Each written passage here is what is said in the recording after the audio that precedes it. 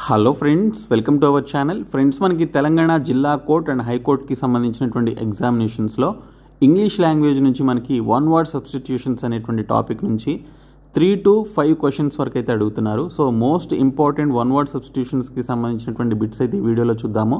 So video చూస్తున్నటువంటి వారు వీడియోని లైక్ చేసి ఛానల్ని సపోర్ట్ చేయండి.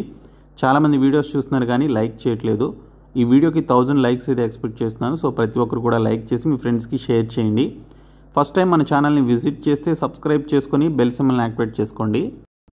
డీటెయిల్స్లోనికి వెళ్లే ముందు తెలంగాణ కోర్టు ఉద్యోగాలకి సంబంధించినటువంటి అన్ని కోర్సెస్ పైన కూడా ప్రైసెస్ అయితే తగ్గించడం జరిగింది. ఈ ఆఫర్ మీకు స్పెషల్గా అందిస్తున్నాను. 2 days మాత్రమే ఉంటుంది, ఇమీడియట్గా తీసుకోండి. సో ఇక్కడ చూసుకుంటే మీరు మెగా కోర్స్ తీసుకున్నట్లయితే 499 రూపీస్ ఉన్నటువంటి ఈ కోర్స్ని 349కి అందిస్తున్నాము. ఈ ఒక్క కోర్సులోనే మీకు 25 మాక్ టెస్ట్ ఉంటాయి, వీడియో క్లాసెస్ ఉంటాయి, పీడిఎఫ్ మెటీరియల్స్ ఉంటాయి, ప్రీవియస్ పేపర్స్ ఉంటాయి అండ్ కంప్యూటర్ నాలెడ్జ్కి సంబంధించినటువంటి కోర్స్ కూడా ఉంటుంది. అదే మీరు ఓన్లీ పీడిఎఫ్ కోర్స్ తీసుకోవాలి అనుకుంటే 199 రూపీస్ ఉన్నటువంటి ఈ కోర్స్ని 149 రూపీస్కి అందిస్తున్నాము.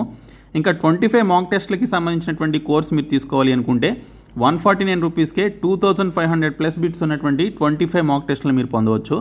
లేదు సపరేట్గా మీరు కంప్యూటర్ నాలెడ్జ్కి సంబంధించినటువంటి కోర్స్ తీసుకోవాలి అనుకుంటే జస్ట్ 49 రూపీస్కే అందిస్తున్నాము. సో ఈ 3 కోర్సెస్ కూడా మీకు ఇక్కడ టీఎస్ ఎగ్జామ్స్ అనేటువంటి ఒక బాక్స్లో యాప్ హోమ్ పేజ్లో ఉంటుంది.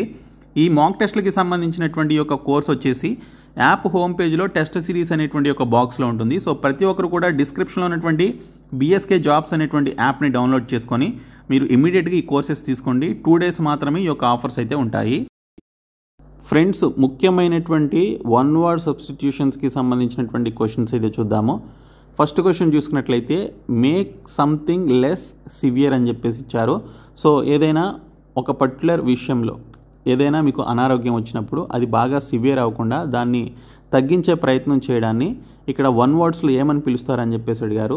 దీన్ని పాలియేషన్ అని చెప్పేసి పిలుస్తారనమాట.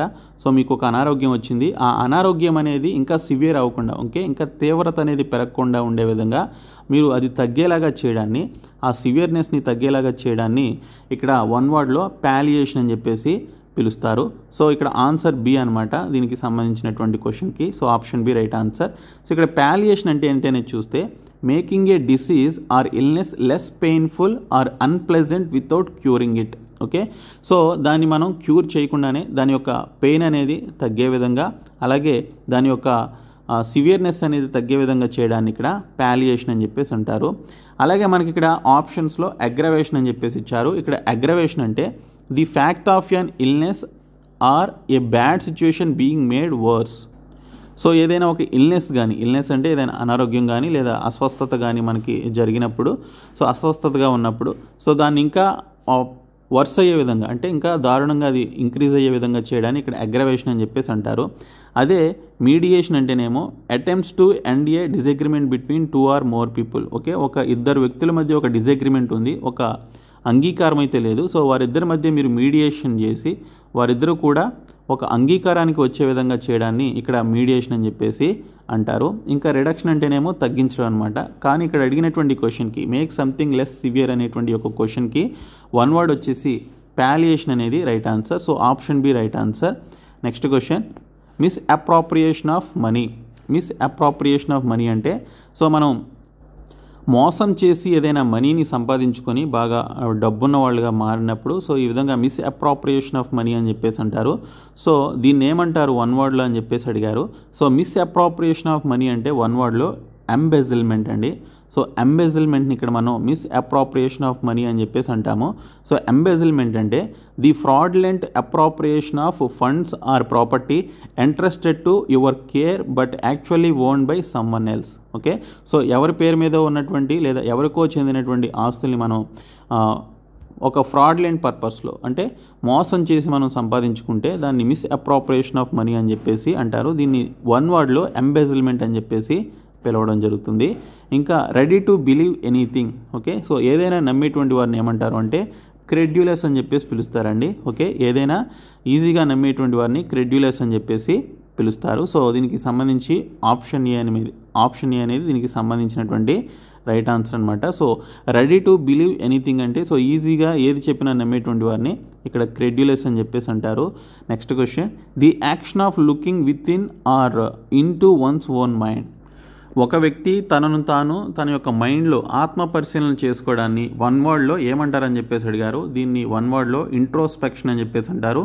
ఇంట్రోస్పెక్షన్ అంటే ఇంగ్లీష్లో ఆత్మ పరిశీలన అనేటువంటి మీనింగ్ అయితే వస్తుంది. కాబట్టి దీనికి సంబంధించినటువంటి రైట్ ఆన్సర్ ఇంట్రోస్పెక్షన్ అనమాట. The action of looking within or into one's own mind. Okay, so నిన్ను నువ్వు ఆత్మ పరిశీలన చేసుకోవడం, నువ్వు చేసినటువంటి మంచి గురించి కావచ్చు, లేదా చెడు గురించి కావచ్చు, లేదా నీకున్నటువంటి సిచ్యువేషన్ బట్టి నిన్ను నువ్వు ఆత్మ పరిశీలన చేసుకోవడానికి ఇక్కడ ఇంగ్లీష్లో ఇంట్రోస్పెక్షన్ అని చెప్పేసి పిలుస్తారు. సో దీన్ని ఇక్కడ క్వశ్చన్ ఏమని అడుగుతాడు అంటే the action of looking within or into one's own mind. Okay, one's own mind అంటే ఇక్కడ నిన్ను నువ్వు అని చెప్పేసి ఇక్కడ ఊహించుకోవాలి. సో నీ మనసులో నీ గురించి నువ్వు లోపలికి తొంగి చూడ్డాన్ని, ఓకే, నీ మనసులోకి తొంగి చూడ్డాన్ని అంటే ఆత్మ పరిశీలన చేసుకోవడాన్ని ఇక్కడ ఏమంటారు అంటే ఇంట్రోస్పెక్షన్ అని చెప్పేసి పిలుస్తారు. Next one, an established principle of practical wisdom. అంటే మనకి ఇక్కడ మనం ప్రాక్టికల్గా జరిగేటువంటి వాటిని మనం సామెతల్లాగా లేదా వాక్యాల్లాగా మాట్లాడుతూ ఉంటాం కదా. సో మీకు ముందుంది ముసళ్ళ పండుగ అని, సో ఈ విధంగా మనం కొన్ని పదాలను అయితే వాడుతూ ఉంటాము. సో వాటిని ఇక్కడ ఇంగ్లీష్లో ఏమంటాము అంటే an established principle of practical wisdom అని చెప్పేసి ఈ విధంగా మనకి ఇక్కడ క్వశ్చన్ అయితే ఇచ్చాడు. దీన్ని సింగిల్గా ఒక సింగిల్ వర్డ్లో ఏమని పిలుస్తారని చెప్పేసి అడిగారు వన్ వర్డ్లో. సో దీన్ని మ్యాక్సిమ్ అని చెప్పేసి అంటారు.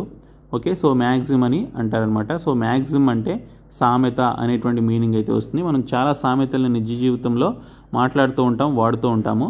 సో దీన్ని ఇక్కడ చూసుకుంటే మ్యాక్సిమ్ అని చెప్పేసి అంటాము. మ్యాక్సిమ్ అంటే an established principle of practical wisdom. Maxim అంటే సామెత. Okay, so next question, a mournful poem or a song. Okay, so ఎవరైనా చనిపోయినప్పుడు కానీ లేదా ఎవరైనా వర్ధంతి అప్పుడు కానీ ఒక బాధాకరమైనటువంటి పోయంని కానీ లేదా సాంగ్ని కానీ పాడుతూ ఉంటారు. సో దాన్ని ఏమంటారు అని చెప్పేసి అడిగారు. సో ఇక్కడ చూసుకుంటే ఆ మౌన్ఫుల్ పోయం లేదా సాంగ్ని ఇక్కడ ఎలగీ అని చెప్పేసి పిలుస్తారు. ఓకే, ఎలగీ అని చెప్పేసి అంటారు. సో ఇక్కడ ఎలగీ అంటే a poem or a song that expresses sadness especially for somebody who has died. Okay, so ఎవరైనా చనిపోయినప్పుడు ఒక బాధతో వారి యొక్క బాధని ఎక్స్ప్రెస్ చేస్తూ పాడేటువంటి పోయంని కానీ లేదా సాంగ్ని కానీ ఏమంటారు అంటే ఎలాగే అని చెప్పేసి పిలుస్తారు. ఇంకా ఆప్షన్స్లో మనకి ఒడే అని చెప్పేసి ఇచ్చారు. సో ఒడే అంటే a poem that speaks to A person are celebrates A special event. Okay, so ఒక పర్సన్ గురించి ఎక్స్ప్లెయిన్ చేస్తూ ఏదైనా ఒక పర్టికులర్ స్పెషల్ ఈవెంట్ని సెలబ్రేట్ చేసుకునేటప్పుడు ఒక పర్టికులర్ పర్సన్ గురించి మాట్లాడేటువంటి పోయంని లేదా పాడేటువంటి పోయంని ఇక్కడ ఒడే అని చెప్పేసి అంటారనమాట.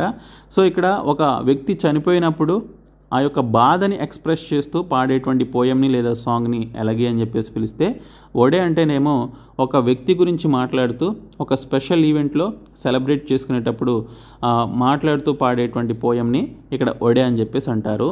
నెక్స్ట్ వన్ వచ్చేసి the philosophy of putting another's welfare above once own. ఒక వ్యక్తి ఇతరుల సంక్షేమం కోసం పనిచేయడాన్ని ఇక్కడ ఏమంటారు అంటే ఆల్ట్రూయిజం అని చెప్పేసి పిలుస్తారు. ఇక్కడ ఆల్ట్రూయిజం అంటే పరోపకారం అనేటువంటి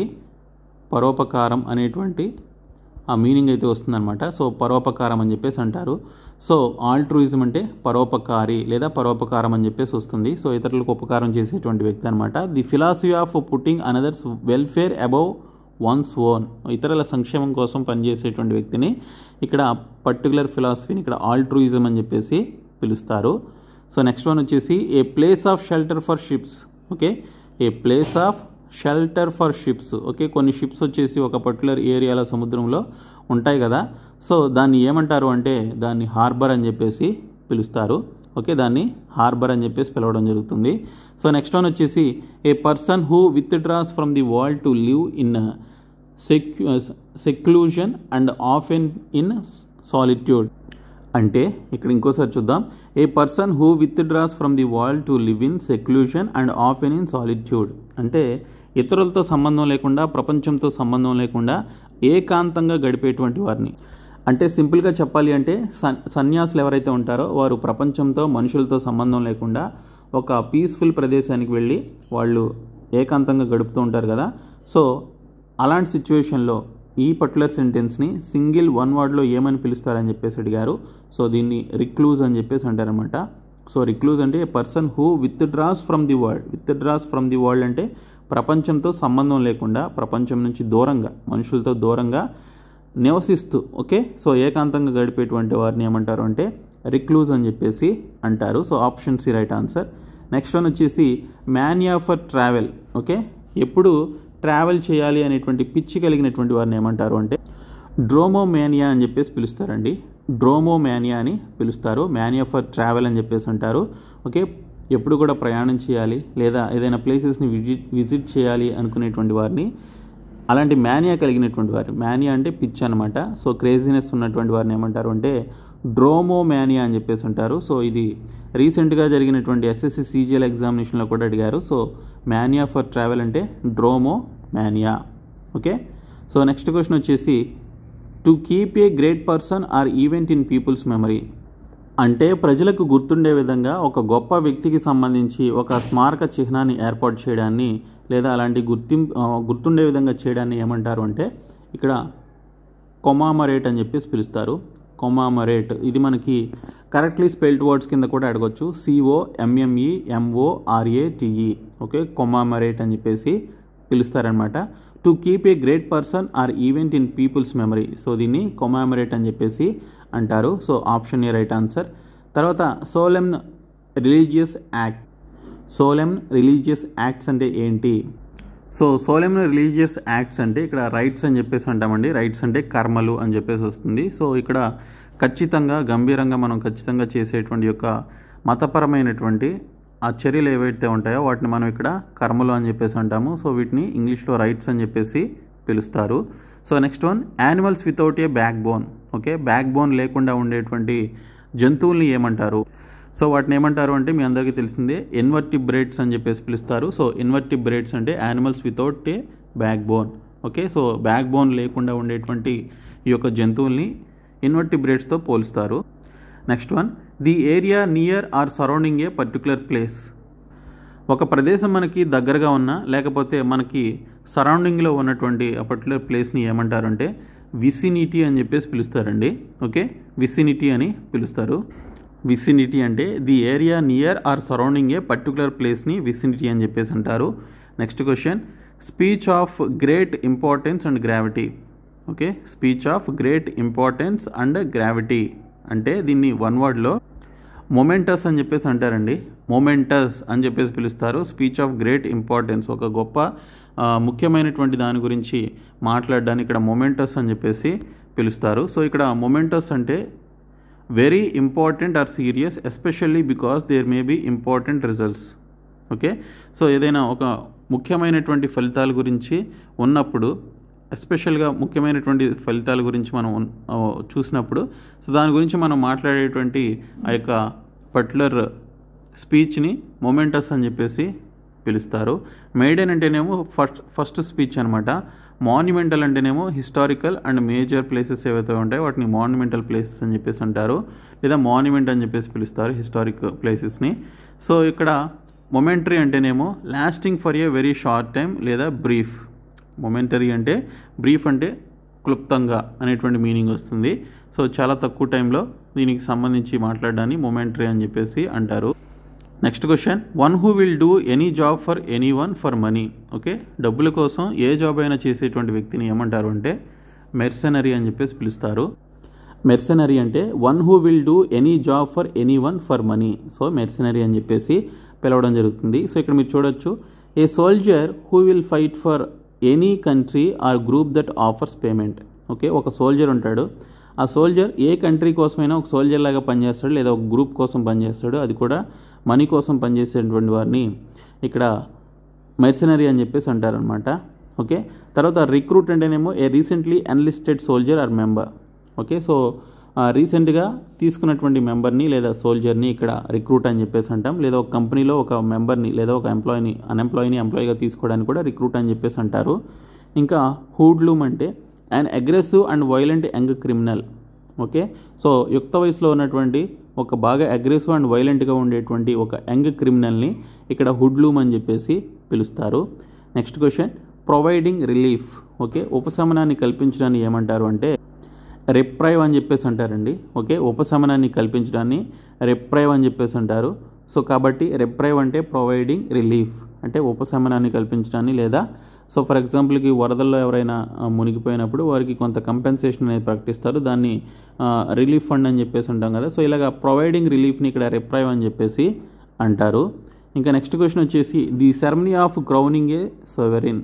okay, the ceremony of crowning a సోవెరిన్ అంటే ఒక దేశానికి సంబంధించినటువంటి రాజుని లేదా వ్యక్తిని క్రౌనింగ్ సెరమనీ నిర్వహించడాన్ని ఏమంటారు అంటే కరోనేషన్ అని చెప్పేసి అంటారు. ఓకే, కరోనేషన్ అంటే the ceremony of crowning a sovereign అని చెప్పేసి మీనింగ్ ఉంటుంది. Next one, a room where dead bodies are kept until burial. Okay, so అవి పూడ్చేంత వరకు ఒక రూమ్లో పెట్టేటువంటి డెడ్ బాడీస్ని ఏమంటారు అంటే మీ అందరికీ తెలుసు మార్చురీ అని చెప్పేసి పిలుస్తారు. సో మార్చురీ అని చెప్పేసి అంటారు. సో నెక్స్ట్ క్వశ్చన్ వచ్చేసి that which is arranged by conferring or discussing. ఏదైనా ఒక విషయం గురించి డిస్కస్ చేయడానికి లేదా కాన్ఫరెన్స్ పెట్టుకోవడానికి సంబంధించి అరేంజ్ చేసేటువంటి ప్లేస్ని ఏమంటాము అంటే ఇక్కడ సెమినార్ అని చెప్పేసి అంటాము. సో సెమినార్ అంటారనమాట. A meeting for discussing or training, దీన్ని సెమినార్ అని చెప్పేసి అంటారు. ఇంకా మీటింగ్ అంటే an occasion when people come together to discuss or decide something, దీన్ని మనం ఇక్కడ మీటింగ్ అని చెప్పేసి అంటాం. ఏదైనా ఒక విషయం గురించి డిస్కస్ చేసి డిసైడ్ అవ్వడానికి సంబంధించి పెట్టుకునేటువంటి ఒక ఒకేషన్ని మీటింగ్ అంటారు.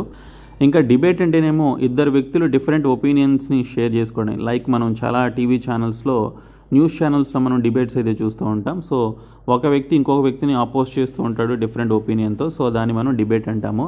ఇంకా నెగోసియేషన్ అంటే formal discussion between people who are trying to reach an agreement. Okay, so negotiation అంటే ఒక ఇద్దరు వ్యక్తుల మధ్య జరిగేటువంటి ఒక అగ్రిమెంట్ని ఇక్కడ మనం వారు మాట్లాడుకొని ఇద్దరు వ్యక్తులు చేసుకునేటువంటి అగ్రిమెంట్ని ఇక్కడ నెగోసియేషన్ అని చెప్పేసి అంటారు. Next one, A place where Jews worship according to their religion. Okay, వారి యొక్క మతాన్ని బట్టి యూదులు వర్షిప్ చేసుకునేటువంటి ప్లేస్ని, ఓకే, ఆరాధించుకునేటువంటి ప్లేస్ని ఏమంటారు అని చెప్పేసి అడిగారు. దాన్ని ఏమంటారు అంటే సినగాగ్యూ అని చెప్పేసి పిలుస్తారు. ఓకే, సినగాగ్యూ అని చెప్పేసి పిలుస్తారనమాట. సో ఇక్కడ డెమగాగ్యూ అంటేనేమో a politician who promises false statements. Okay, so కొన్ని ఫాల్స్ స్టేట్మెంట్స్ ఇస్తూ ఉంటారు కొంతమంది పొలిటీషియన్స్, దాన్ని డెమగాగ్యూ అని చెప్పేసి అంటారు. సినగాగ్యూ అంటేనేమో a place where Jews worship according to their religion, దీన్ని సినగాగ్యూ అని చెప్పేసి అంటారు. Next one, a person who deserves all praise. ఎవరినైతే మెచ్చుకోవాల్సినటువంటి సిచ్యువేషన్ వస్తుందో, సో క్రెడిట్ అంతా ఎవరికైతే ఇవ్వాల్సి వస్తుందో, సో అలాంటి సిచ్యువేషన్లో ఏమంటారు అంటే పొగడాల్సినటువంటి సిచ్యువేషన్లో ఏమంటారు అంటే ఒక వ్యక్తిని దాన్ని లాడబుల్ అని చెప్పేసి అంటారనమాట.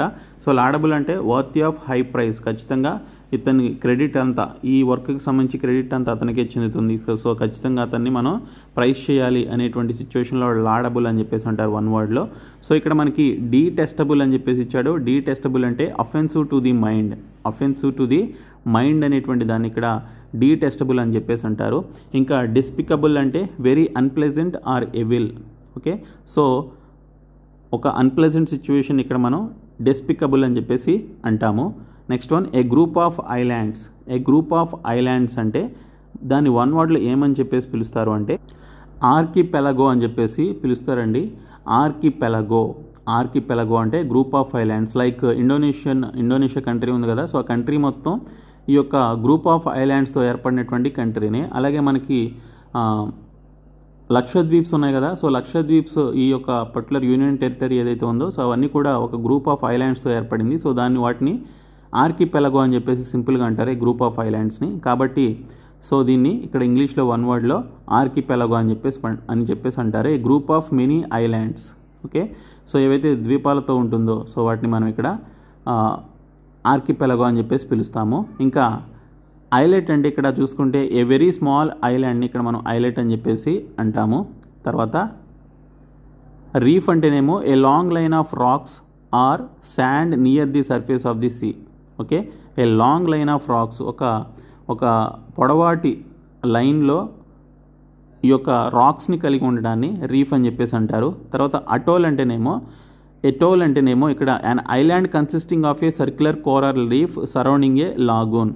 Okay, an island consisting of a circular circular coral రీఫ్ని కలిగి ఉన్నటువంటి దాన్ని, ఓకే, సర్క్యులర్ కోరల్ రీఫ్ని కలిగి ఉన్నటువంటి ఆ లాగూన్ చుట్టూ కలిగి ఉన్నటువంటి దాన్ని ఏమంటారు అంటే అటోల్ అని చెప్పేసి పిలుస్తారు.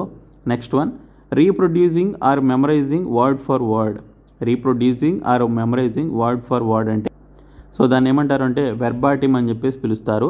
సో ప్రతి పదాన్ని లేదా ప్రతి మాటని మనం మెమరైజ్ చేసుకోవడాన్ని ఏమంటామంటే వెర్బాటిమ్ అని చెప్పేసి పిలుస్తాము. వెర్బాటిమ్ చాలా ఇంపార్టెంట్. సో ఇది చాలా ఎగ్జామ్స్లో కూడా అడిగారు. ఇంకా next question, the art of delaying ఆలస్యం చేసేటువంటి ఒక పద్ధతిని ఏమంటారు అంటే, లేదా ఆ యొక్క ఆర్ట్ని ఏమంటారు అంటే ప్రోక్రాస్టినేషన్ అని చెప్పేసి అంటారు. ఓకే, ప్రోక్రాస్టినేషన్ అని చెప్పేసి పిలుస్తారు. ఓకే, సో ఇవి మనకి మోస్ట్ ఇంపార్టెంట్ ఒక 25 వన్ వర్డ్ సబ్స్టిట్యూషన్స్ అండి. సో ఇవన్నీ కూడా న్యూ వన్ అనమాట. సో ఎస్ఎస్సి లాంటి ఎగ్జామినేషన్స్లో అడిగారు కూడా ఇవి కూడా. సో కాబట్టి ప్రతి ఒక్కరు కూడా మేము ప్రొవైడ్ చేసినటువంటి కోర్సెస్ అయితే తీసుకోండి. సో ఈ వీడియో మీ ఫ్రెండ్స్కి షేర్ చేయండి. Thank you so much guys.